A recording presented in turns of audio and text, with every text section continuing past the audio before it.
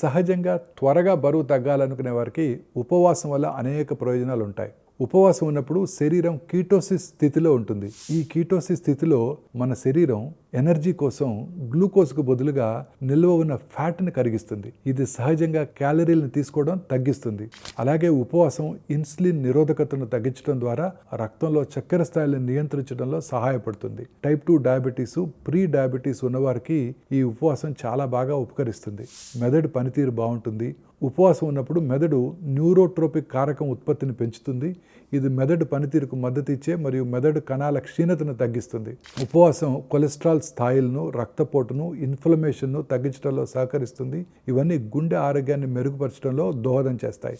ఉపవాసం సమయంలో శరీరంలో విచ్ఛిన్నమైన దెబ్బతిన్న భాగాలను తొలగించే సహజమైన ప్రక్రియ చక్కగా జరుగుతుంది. ఉపవాసం మొత్తం రోగనిరోధక వ్యవస్థ పనితీరుని మెరుగుపరచడంతో పాటు ఇన్ఫెక్షన్స్ ప్రమాదాన్ని తగ్గించడంలో సహాయపడుతుంది.